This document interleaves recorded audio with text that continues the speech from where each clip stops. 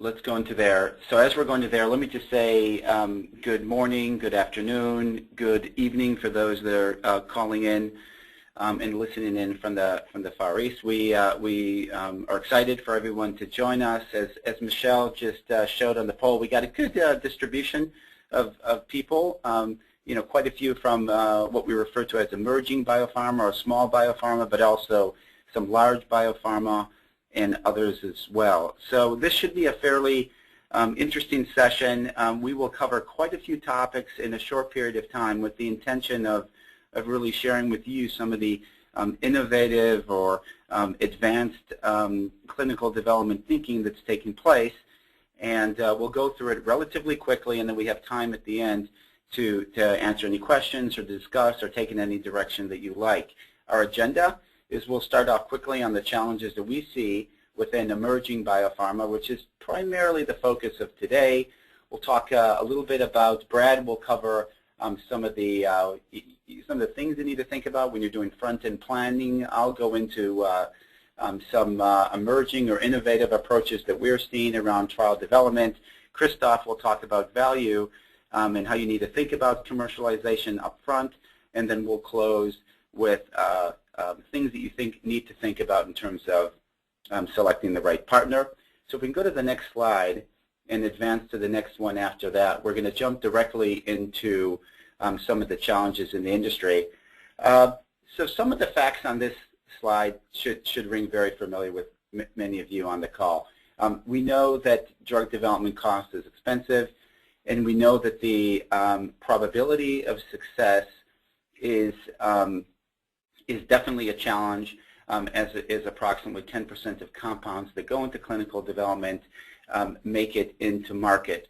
From a emerging biopharma perspective, and we may use emerging and small interchangeably on this discussion, but for emerging biopharma, there's some good news, bad news.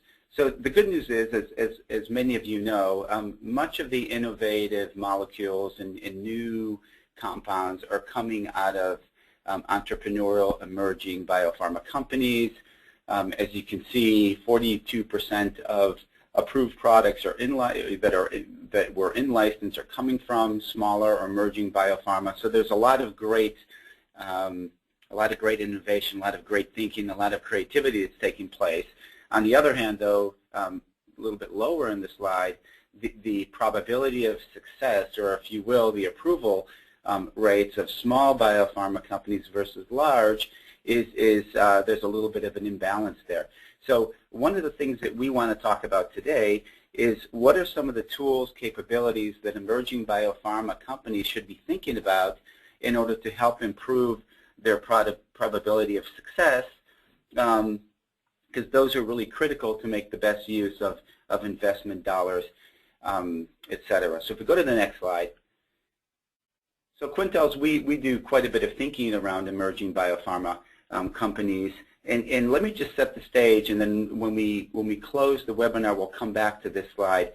But essentially, emerging biopharma have some fairly specific needs, largely driven by their desired outcome for success, the size of the organization, where they are in the drug development cycle.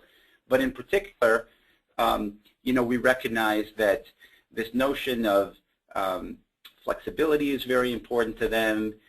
Cost is very important because their investment structure, and in general, the emerging biopharma tend to run a very lean, streamlined process, and that has a little bit of challenges with it because their size are small. How do they get access to the experts that are needed in order to really drive, high probability of success? When they think about partners, from working with emerging biopharma and from a lot of the research that we've done, we recognize that they look at partners and as in terms of having different characteristics. Some smaller partners are maybe more nimble, have the impression that emerging biopharma is a priority, maybe more flexible, better price structure.